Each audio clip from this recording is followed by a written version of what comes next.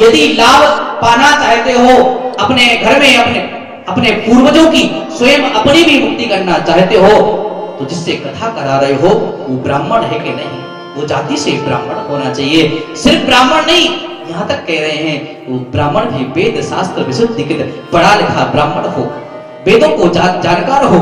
आज श्रीमद जाति से ब्राह्मण हो ये भी जरूरी नहीं है। जिसने अध्ययन किया हो, पढ़ाई की हो, वो शास्त्र को जानता हो। बोले ऐसे ब्राह्मण से कथा कराने के बाद लाभ मिलेगा।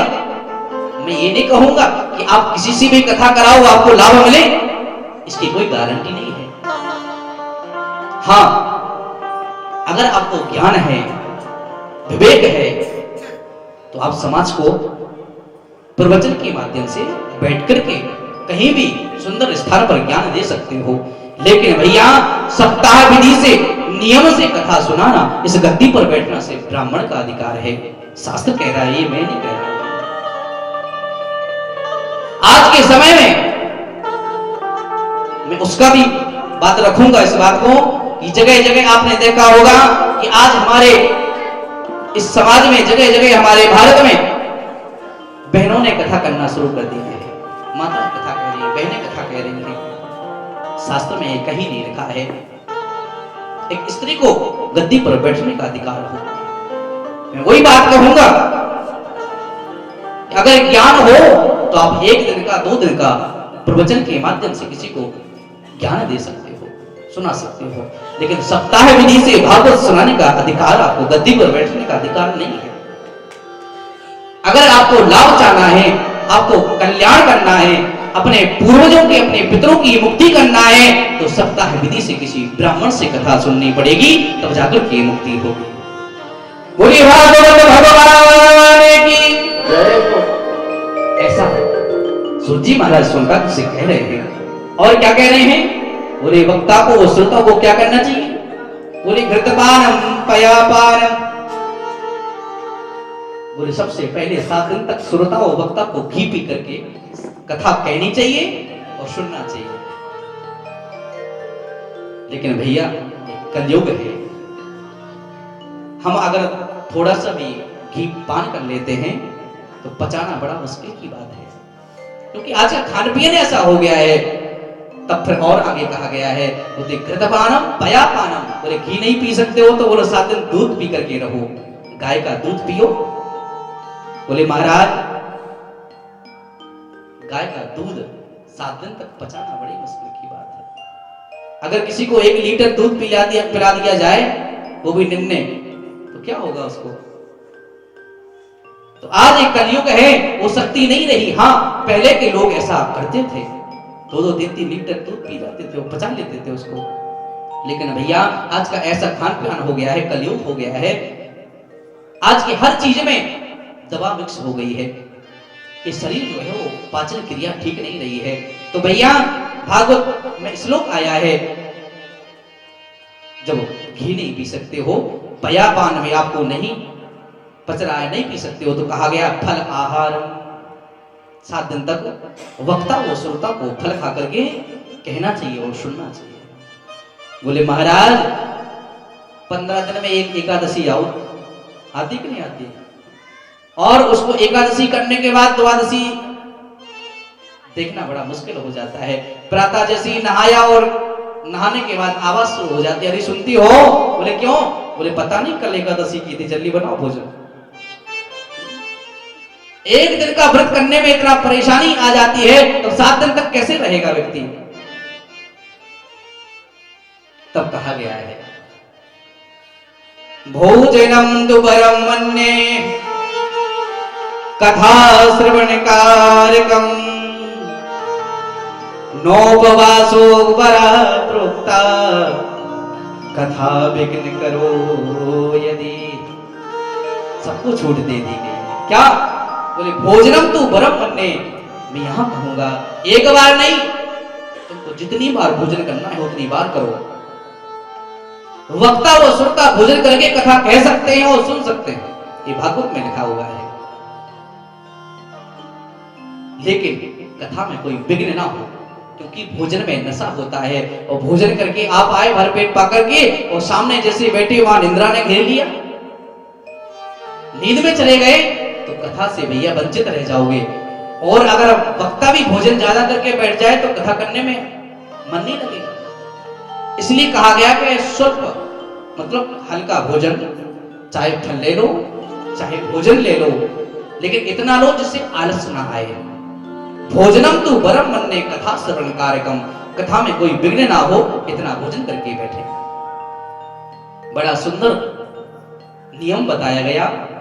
अब ऐसे नियम बताते हुए जैसे ईश्वर जी महाराज ने, और वहां हरिद्वार में बैठकर के सनकादिक ऋषि नारद जी के माध्यम से भक्ति माता को बुला रहे हैं। ज्ञान वैराग्यचित अवस्था में बैठे हुए थे। जैसे ही 7 दिन पूरा हुआ, उसी समय गंगा किनारे हरिद्वार में प्रहलादस्तारे धारी तलहृदया चोद्धवा कांसधारी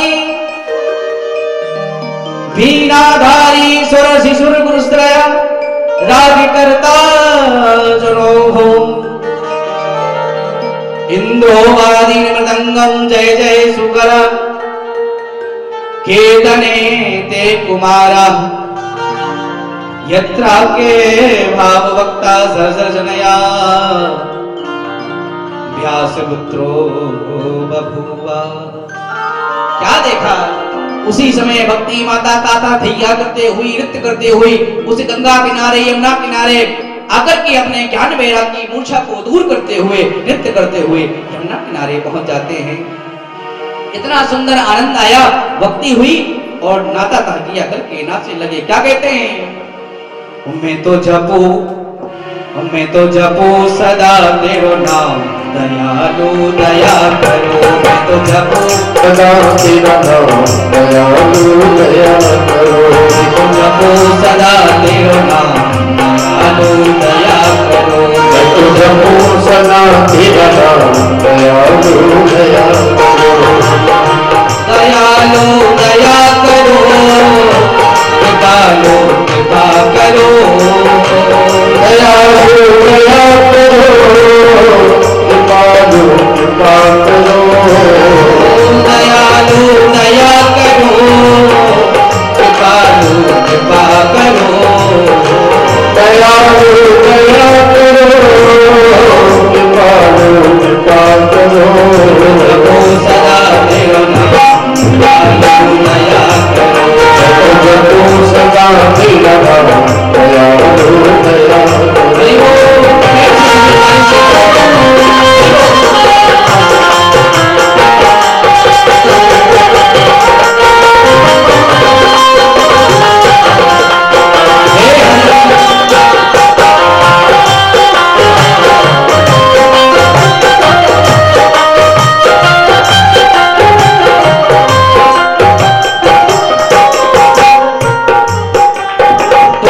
खड़े हैं भक्त तुम्हारे, द्वार खड़े हैं भक्त तुम्हारे।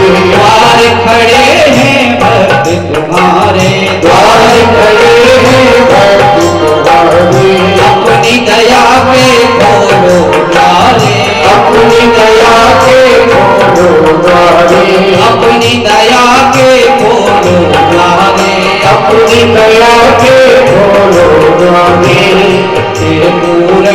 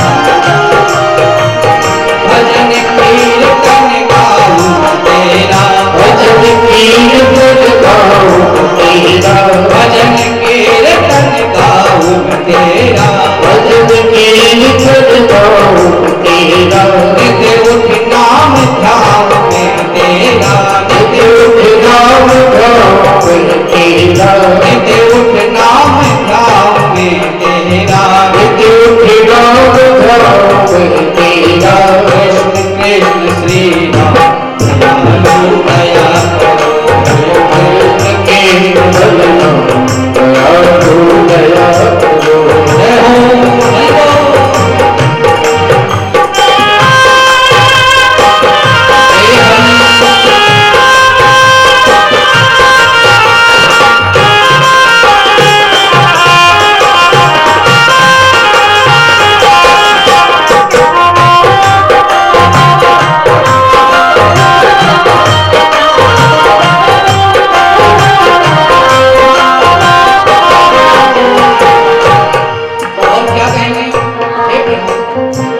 जो भक्ति है आपके मन में, आपके तन में इसी प्रकार बसती रहे। आज भक्ति माता ताता थैया करते उस द्वार में नाच रही है और गा रही है प्रभु। आपकी ये सप्ताह कथा जो है धन्य है। आज मेरे पुत्र ज्ञान वैराग का बुढ़ापा दूर हो गया है। ताता थैया करते हुए राग आलापते हुए कथा हो रही है, कीर्तन गाया जा रहा है। वो क्या कह रहे हैं?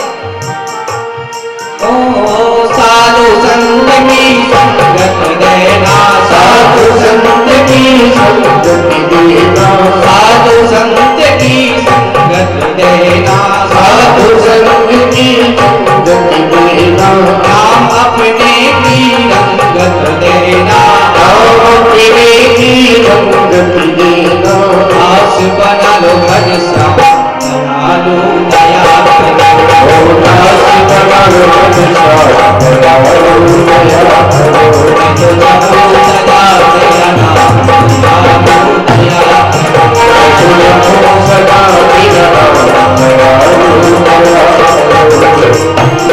जय हो।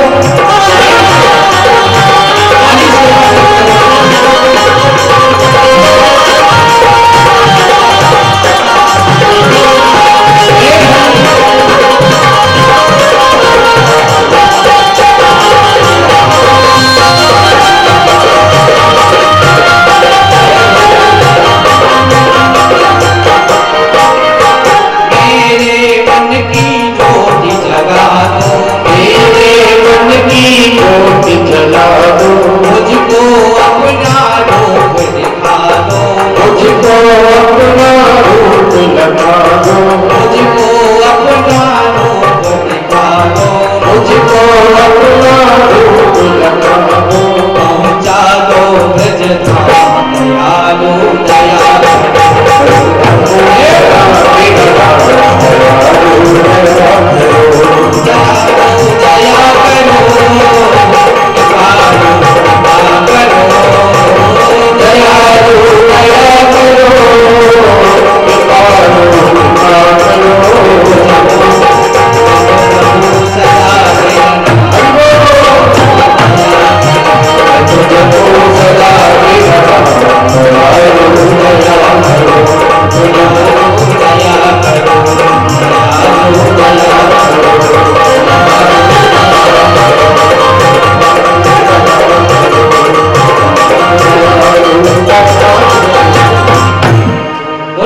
वत्सल भगवान की जय, भक्ति माता की जय।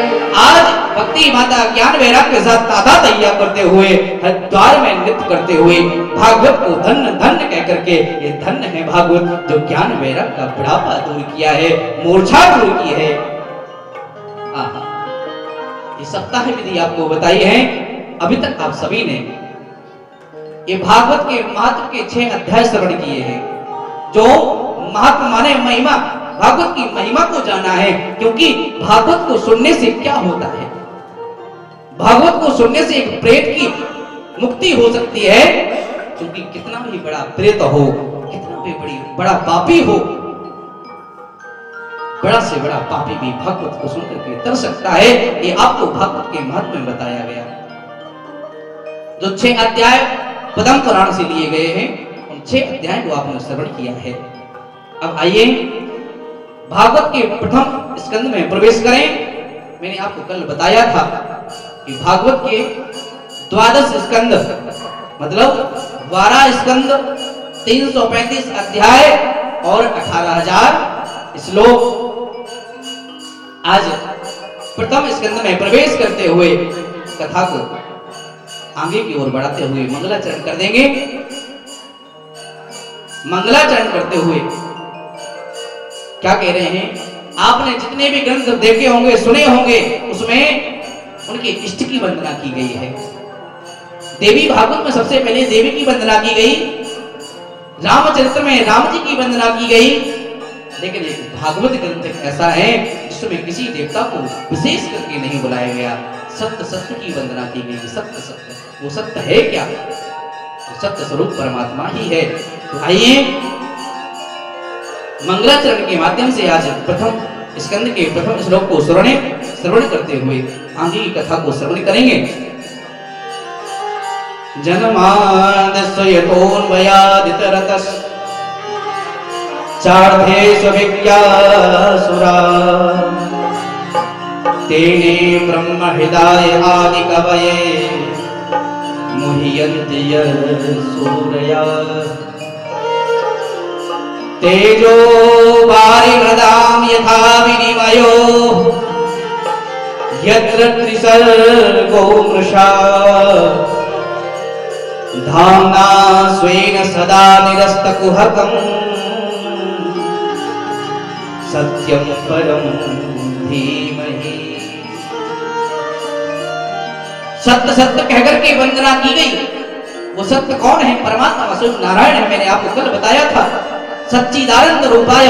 वो सत्य कौन है, चित्त कौन है, आनंद कौन है, वो मैंने आपको बताया। तो यहाँ प्रथम स्कंद के प्रथम श्लोक में भी भगवान नारायण की वंदना की जा रही है, वो भी सत्य सत्य कहकर के, सत्यम परम धीमहि।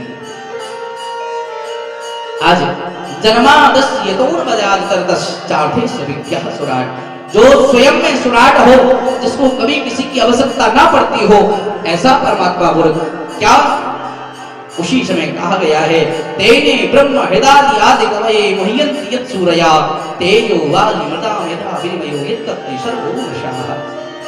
बोले जीवन में जितने प्रकार के ताप होते हैं, उन तापों को दूर करता है, कष्ट होते हैं उनको दूर करता है। ऐसे सत्यम परमधि भई भगवान को, जो सत्य स्वरूप है, ऐसे नारायण को वंदन करते हुए, प्रणाम करते हुए, मंगलाचरण करते हुए सुखदेव जी महाराज कह रहे हैं। और आगे की कथा दूसरा श्लोक में क्या कह रहे हैं? दूसरे में धर्म की वंदना की गई है। धर्म क्या है? धर्म प्रयुक्त कैत्रवोत्य परमो निर्वत्सराणां सता वेद्यं वास्तवमत्र वस्तु सुहृदं तापत्रयोन्मूलनम्। श्रीमद्भागवते महामुनिकृते किं वा परेदेश्वरः सद्यो ह्यद्य परोध्यते कृतभिः शुश्रूषुवेस्तत्क्षणः। बोले परम धर्म क्या है? धर्मा प्रोचित कैत्रवोत्य परमो, वो मानव का परम धर्म है क्या? बड़ा बोले वेद्यम वास्तव, वो वास्तव वस्तु है क्या? बोले मानव का परम धर्म है। बोले संसार में रहते हुए, इस शरीर को रखते हुए, संसार से शरीर का संबंध रहे। मैंने कल बताया था, आत्मा का संबंध परमात्मा से जुड़ जाए, यही परम धर्म है मानव का। खाना पीना, सोना, जागना, उठना, बैठना, सिर्फ इसमें ही दिन निकाल देना, ये मानव का परम धर्म नहीं है। अपने कर्तव्य को करते हुए, अपने परिवार में रहते हुए, अपने बच्चों का पालन पोषण करते हुए अपने धर्म को ना भूले, वही परम धर्म है। भैया, मेरे भगवान का नाम लेने से ही मेरे भगवान की झांकी आपके हृदय में प्रविष्ट हो जाती है, ये सत्य है। कैसे?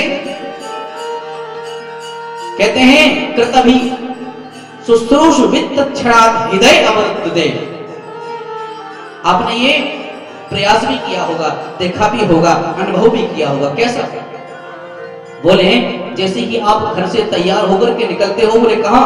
बोले हम देवी जी के मंदिर जा रहे हैं, दर्शन करने जा रहे हैं। सच बताना, निकलते समय ही देवी जी की झांकी आपके हृदय में प्रकट हो जाती है। होती कि नहीं होती है? मंदिर अभी पहुंचे नहीं हो, लेकिन पहुंचने से पहले ही वो बिहारी जी की झांकी दिखाई देना शुरू हो जाती है। भैया हमारे बिहारी जी कैसे हैं? वो मंदिर की झांकी आपके नेत्रों में दिखाई देती है। क्यों? आपने मन बना लिया है कि भगवान के चरणों में जाना है। सत्यो हित्य वरुद्ध व्यक्ति के तभी सुश्रू सुवित क्षणात। भैया वो भगवान की झांकी आपके हृदय में तत्क्षणात अवरुद्ध हो जाती है। अवरुद्ध मतलब अवरुद्ध होने के बाद निकल ना सके, कैद हो जाना। आज भक्त के हृदय में भगवान की झांकी प्रकट हो जाती है, ऐसा भाव बताया है मंगलाचरण करते हुए। वो भाव कैसा हो? वो सच्चा भाव हो। आज सच्चे भाव के साथ में द्वितीय मंगलाचरण किया है। आपको मंगलाचरण का एक श्लोक के माध्यम से बताएंगे भागवत कहां से आई है, क्यों आई है, कैसे आई है, 7 दिन में क्यों सुनी जाती है। इसके बाद आज की कथा को विश्राम देंगे। द्वितीय श्लोक में बहुत सुंदर आराधना की है, बताया है क्या? निगम कल्प तरोर गलितम फलम सुखमुखाद अमृतद्रव संयुतम पिबत भागवतम रसमालयम मुहुरहो रसिका भुवि भावुका। भैया सूत जी महाराज से शौनकादिक ऋषियों ने पूछ दिया, बोले महाराज ये भागवत आई कहां से? कहां से आई है? कृपा करके मुझे बताएं। तब सुखदेव जी ने कहा है, यहाँ सूत जी महाराज ने कहा है, बोले निगम कल्प तरोर गलितम फलम। कहते निगम रूपी जो कल्प वृक्ष है, वो कल्प वृक्ष कहाँ होता है? मृत्यु लोक में नहीं, तो स्वर्ग में पाया जाता है। उस कल्प वृक्ष का पका हुआ जो फल है वो श्रीमद् भागवत है। सुखमुखाद अमृतद्रव संयुतम। बोले महाराज इस स्वर्ग में से जो कल्प वृक्ष है उसका पका हुआ फल से मृत्यु लोक में कैसे आया? तब कहा गया सुखमुखाद। सुख मतलब तोता, तोता का मुख लगने से ये फल मृत्यु लोक में आया। भैया तोता उसी वृक्ष के ऊपर बैठता है जहां मीठे मीठे फल लगे रहते हैं, और हजारों फलों में से उसी फल के पास बैठ जाता है जहां वो मीठा हो, पका हुआ हो। आज सुखदेव जी से कहने लगे महाराज स्वर्ग लोक से मृत्यु लोक में कैसे आया? और आपने कहा ये फल पका हुआ है, तो पका हुआ फल तो जब नीचे गिरा तो फूट गया होगा, ये साबुत नहीं रहा। तब कहा नहीं नहीं भैया ये बिल्कुल साबुत है। बोले कैसे आया? बोले सनी सनी खंड वेवावतीर्णम। बोले कैसे? बोले शाखा शाखा तरु पल्लव शाखा पर्यंत होकर के ये मृत्यु लोक में पहुंचा। जब फल गिरता है ना तो डायरेक्ट नीचे नहीं गिरता, वो डालियों डालियों प्रति डाली होकर के मृत्यु लोक में आ जाता है। जो फल डायरेक्ट गिरता है वो फूट जाता है, लेकिन डालियों के माध्यम से छिड़का हुआ, पत्तों के माध्यम से जो फल गिरता है वो साबुत बच जाता है। भैया आज ये जो फल गिरा है सबसे पहले नारायण ने विधाता ब्रह्मा को चतुर्श्लोकी भागवत इसमें सुनाया। विधाता ब्रह्मा ने नारद जी को सुनाया है, नारद जी ने व्यास को सुनाया है, व्यास जी महाराज ने सुखदेव जी महाराज को सुनाया, और इन्हीं सुखदेव जी महाराज के माध्यम से राजा परीक्षित को जब 7 दिन में मरने का श्राप लगा, तब यही सप्ताह के विधि से कथा सुनाकर के राजा परीक्षित की मुक्ति कर दी। तब कहा महाराज आप कह रहे हो सुखमुखाद, ये फल कैसा है? इसके अंदर रस ही रस भरा होगा, और आप कह रहे हो पिबत भागवतम रसमालयम, ये जो पका हुआ फल है इसको पियो। बोले महाराज मैंने फल को खाते हुए तो सबको देखा है, लेकिन फल को पीते हुए आज तक किसी को नहीं देखा। फल खाया जाता है कि पिया जाता है? तब कहा बोले जिस फल में अमृत ही अमृत भरा हो, छिलका गुठली बिल्कुल ना हो, ऐसे फल को तो पीना चाहिए। बोले इस फल में क्या भरा है? बोले अमृत द्रव संयुतम, इस भागवत रूपी कल्प वृक्ष का जो पका हुआ फल है भैया, इसमें छिलका गुठली नहीं है। इसका तो दोनों कान के दोनों को संभाल करके पीते जाओ, पीते जाओ, पीते जाओ, आनंद ही आनंद आएगा। पिबत भागवतम। बोले महाराज कितनी बार पिए? पीने की भी कोई सीमा है? एक बार, दो बार, चार बार? बोले नहीं, मुहुर मुहुर। बोले महाराज किस किस को सुनना चाहिए? तब कहा गया है रसिका भूमि भावुका। अरे रसिक जनों, अरे भावुक जनों, ये प्याऊ सिर्फ आपके लिए लगाई गई है, आइए। तब कहा कि जो जिसके अंदर श्रद्धा ना हो, भावना हो, क्या वो भागवत सुनने का अधिकारी नहीं है? बोले महाराज प्याऊ तो सार्वजनिक होती है, होती कि नहीं होती? जैसे आपने मेन रोड पर अगर पानी रख रखा है, लोग जा रहे हैं तो सबके लिए जल रखा हुआ है, जो भी आए जिसको प्यास लगे पियो। लेकिन पीता वही है जिसको प्यास होती है। जो रसिक जन है, जो भावुक जन है, वही भागवत में आएंगे। मैं बैठते ही आपसे कहा था जिसका भाग्य उदय हुआ हो, जिसके पुण्य उदय हुए हो, वही इस आयोजन में पहुंच सकता है। कोई बुलाएं बुलाएं भी नहीं पहुंचेगा। बार बार बुलाओगे तब भी, निमंत्रण देने जाओगे तब भी नहीं पहुंच पाएगा। क्यों? क्योंकि अभी उसके भाग्य उदय नहीं हुए, ये कथा सुनने का अधिकारी नहीं हुआ है। जितनी बार पियोगे उतना आनंद आएगा। अरे रसिका, अरे भावुका, अब आकर के इस कथा को सुनिए। आपने देखा होगा जब किसी को प्यास नहीं होती ना, और आप अगर बुलाते हो तो सबसे पहले वो प्रश्न कर देता है। क्यों प्रश्न क्यों करता है? क्योंकि प्यास नहीं है। आपने जल मटके में जल रखा है और उसको बुलाया, भैया पानी पी लो, पानी, गर्मी पड़ रही बड़ी जोर की, प्यास लगी होगी, तब वो आ तो जाता बुलाने के बाद, लेकिन प्रश्न कर देता है, भैया ये बताओ पानी कहां से लाते हो? भैया ये पानी बड़ा सुंदर है, बगल में कुआं है, कुआं से भर के लाए हैं। अच्छा ये बताओ पानी को छान करके लाए हो कि नहीं? एक कचरा तो नहीं भर लाए, क्योंकि कुआं में कचरा होता है, छाना है कि नहीं? हाँ भैया कुआं से भर के लाए, इसको छान करके इस घड़े में भरा गया है, बड़ा सुंदर जल है ये। अच्छा जल तो है, बड़ा सुंदर जल है, छान के भरा गया, मटके में भरा गया, बहुत ठंडा है, गर्मी बहुत पड़ी, पी लीजिए। तो पीने वाला क्या कहता, कहीं ज्यादा ठंडा तो नहीं, कहीं गला बैठ जाए। क्यों? ये प्रश्न क्यों हो रहे हैं भैया? क्योंकि प्यास नहीं है, और जिसको प्यास नहीं होती है प्रश्न वही करता है। मैं आपको बताऊं, दोपहरी पड़ रही हो, मई जून का महीना हो, घनघोर जंगल में आप पहुंच गए हो और प्यास लग रही हो, कंठ सूखते जा रहा हो, उस घनघोर जंगल में यदि आपसे कोई जल की पूछ ले कि भैया जल पी लो, क्या आप पूछोगे उस समय कि जल धोकर के भरा है कि छान करके भरा है, कहीं ठंडा तो नहीं है? पूछोगे? क्यों पूछोगे उस समय? नहीं पूछोगे। क्यों? भैया पानी दे दो बस, जान बच जाए।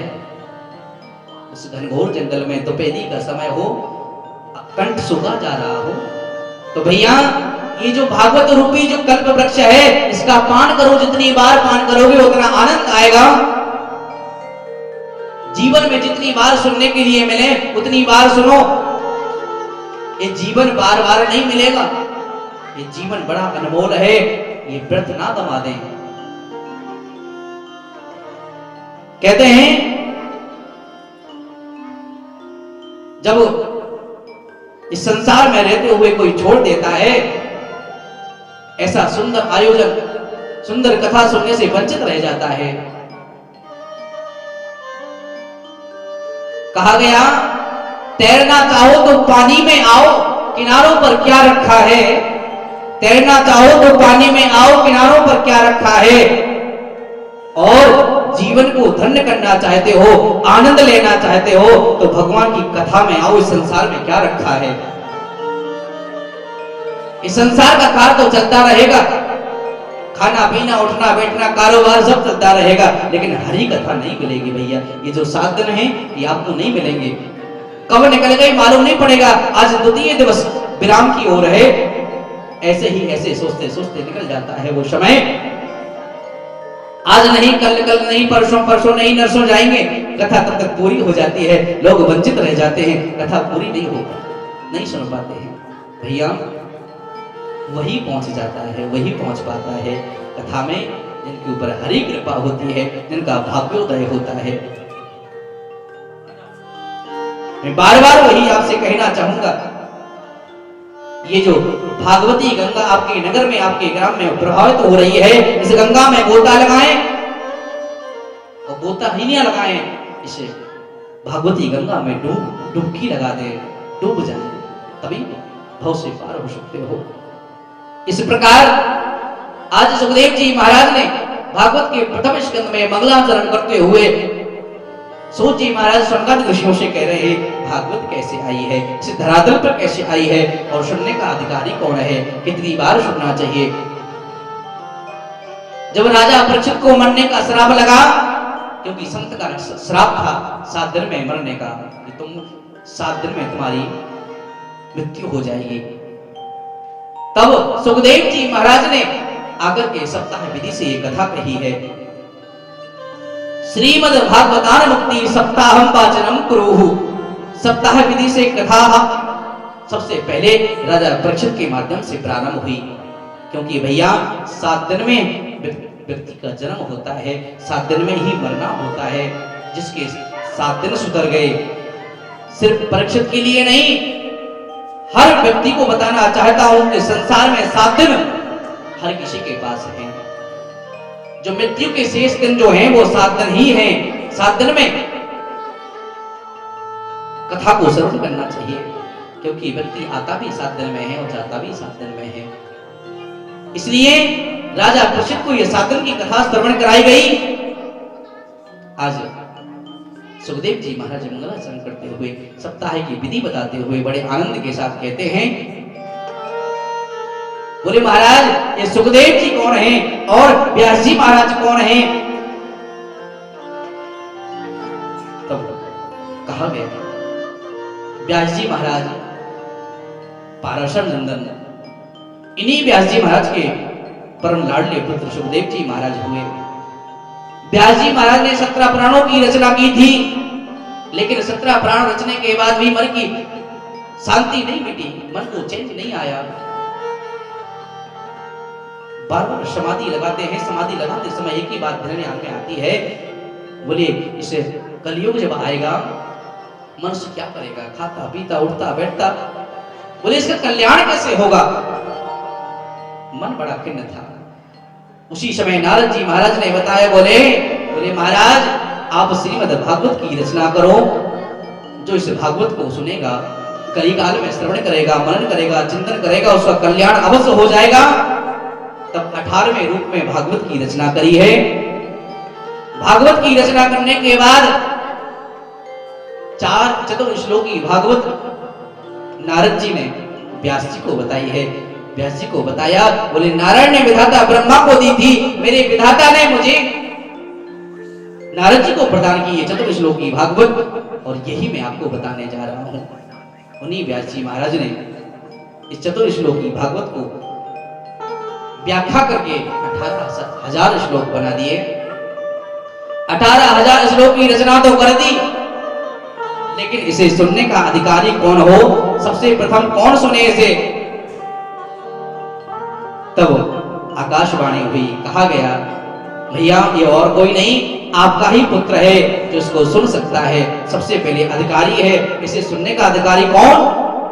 जिसने काम पर विजय पा ली हो, क्रोध पर विजय पा लिया हो, सबसे पहले सुनने का अधिकारी वही है। तब सुखदेव जी महाराज जन्म लेकर के पिता व्यास जी पुत्र पुत्र कहते रहे, वो जंगल की ओर चले गए थे। आज जो बताया गया नारद जी के माध्यम से कि इसके सुनने का अधिकारी जो है वो आपका और पुत्र सुखदेव है, वही सुन सकता है।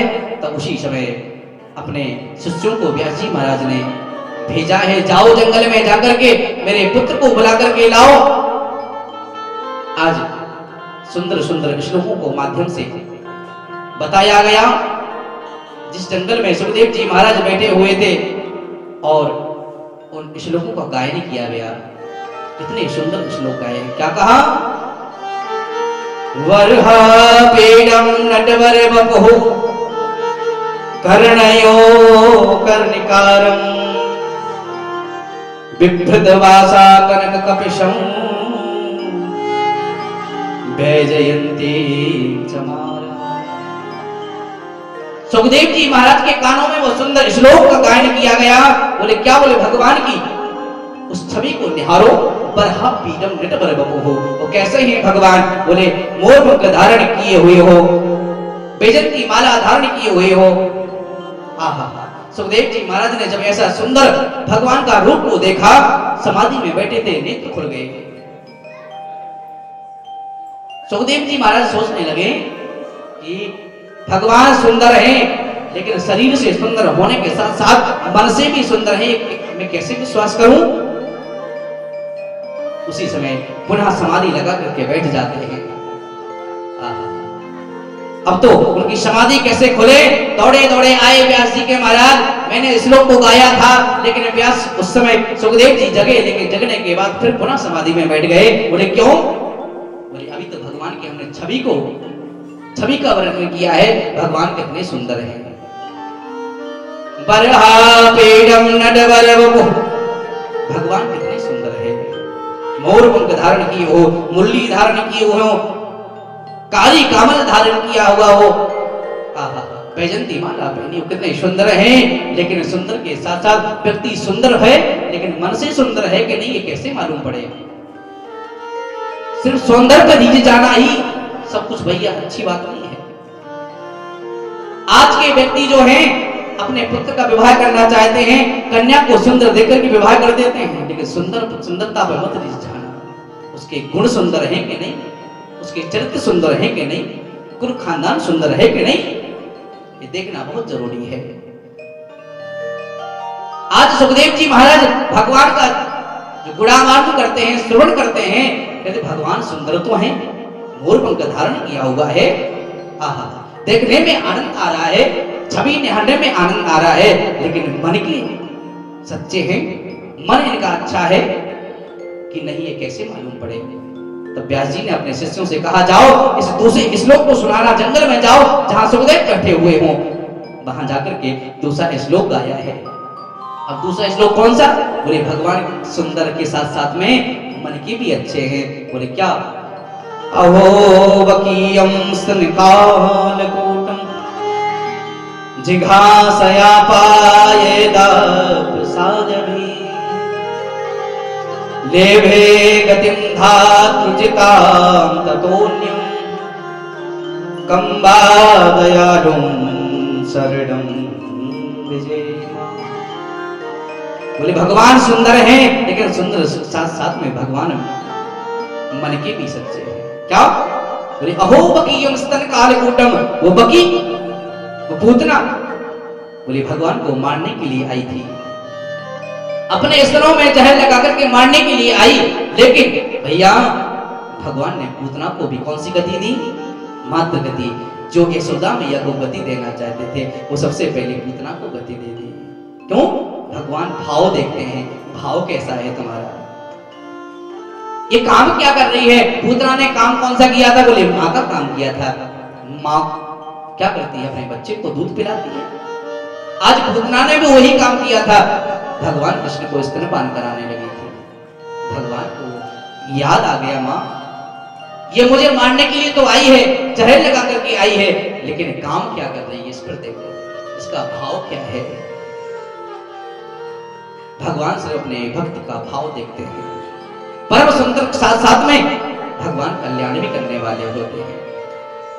आज तो आनंद आ गया। सुखदेव जी महाराज ने जब ऐसा देखा कि सुंदर के साथ साथ में भगवान भक्त का कल्याण करने वाले होते हैं, दौड़े दौड़े आए। सुखदेव जी महाराज अपने पिता व्यास के चरणों में निवेदन करते, दंडवत करते हुए कहा, मुझे ऐसे श्लोक और सुना दो।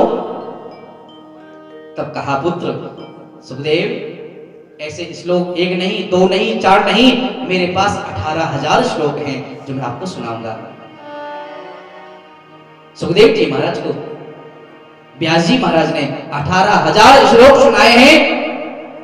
और इन्हीं सुखदेव जी महाराज ने जो 18,000 श्लोक हैं, इन्हीं महाराज ने जब राजा परीक्षित को 7 दिन में मरने का श्राप लगा, तब 7 दिन विराजमान होकर के 7 दिन में राजा परीक्षित की मुक्ति कर दी 18,000 श्लोक सुना करके।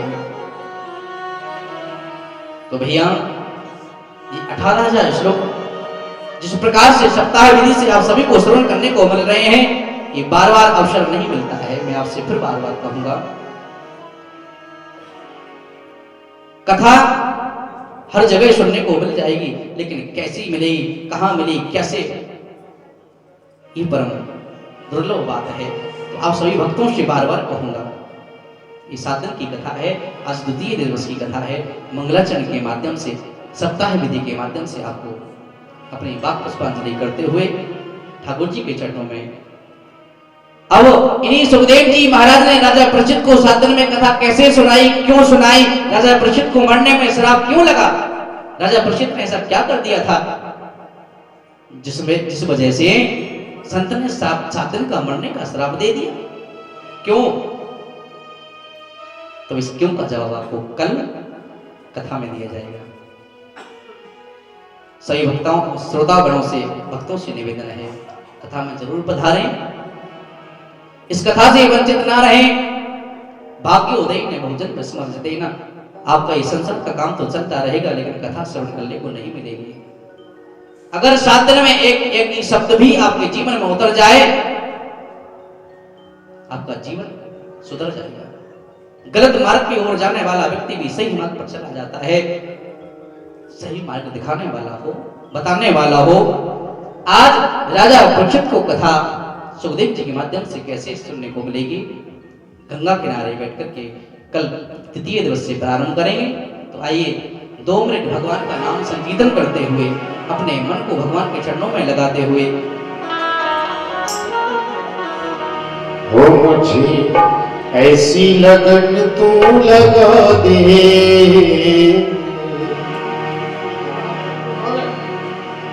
वो मुझे ऐसी लगन तू लगा दे, तेरे बिना पल ना रहूं। ऐसी लगन तू लगा दे, तेरे बिना पल ना रहूं। तेरे बिना पल ना रहूं, तेरे बिना पल ना रहूं, तेरे बिना पल ना रहूं, तेरे बिना पल ना रहूं। प्यार वाला दीप जला दे, प्यार वाला दीप जला दे, तेरे बिना पल ना रहूं। ऐसी लगन तू लगा दे, तेरे बिना पल ना रहूं।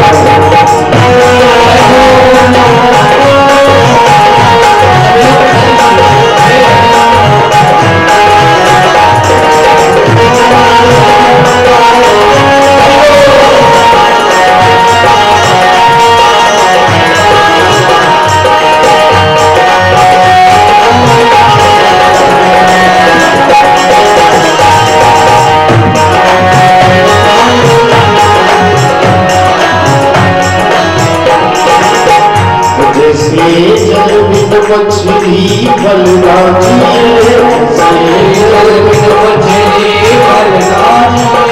कैसे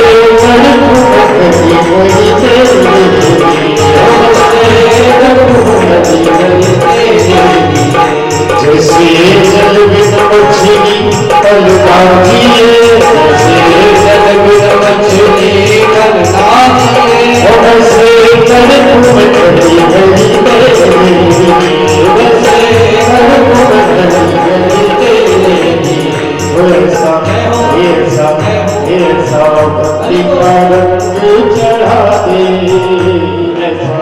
भक्ति का रंग चढ़ा दे, तेरे बिना पल ना रहूं।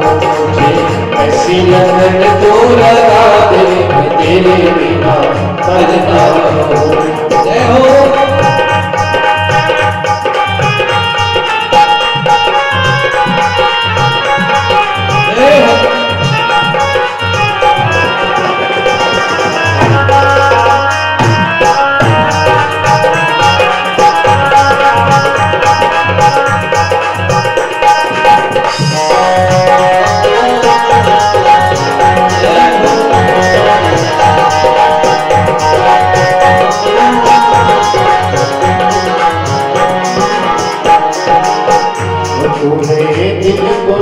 चुराया मैंने कुछ ना कहा, तूने दिल को चुराया मैंने कुछ ना कहा, तूने बड़ा तड़पाया मैंने कुछ ना कहा, तूने बड़ा तड़पाया मैंने कुछ ना कहा, और तूने दिल को चुराया मैंने कुछ ना कहा, तूने दिल को चुराया मैंने कुछ ना कहा, तूने बड़ा तड़पाया मैंने कुछ ना कहा, तूने बड़ा तड़पाया मैंने कुछ ना कहा।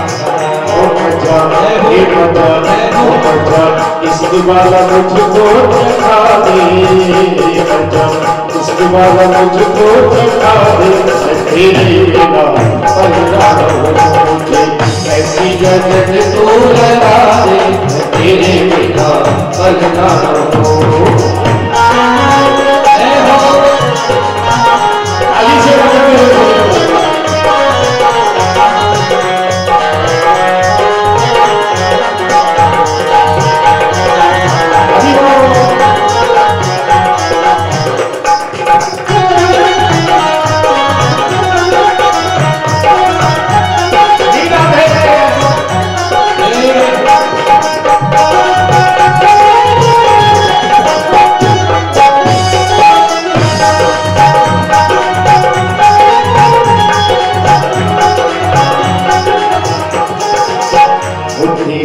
चरणों की धूल में मिल जाऊं, तेरे चरणों की धूल में मिल जाऊं, अब आशा यही कहीं दूर न जाऊं, अब आशा यही कहीं दूर न जाऊं, तेरे चरणों की धूल में मिल जाऊं, तेरे चरणों की धूल में मिल जाऊं, ओ अब आशा यही कहीं दूर न जाऊं, अब आशा यही कहीं दूर न जाऊं, अब ऐसी झलक तो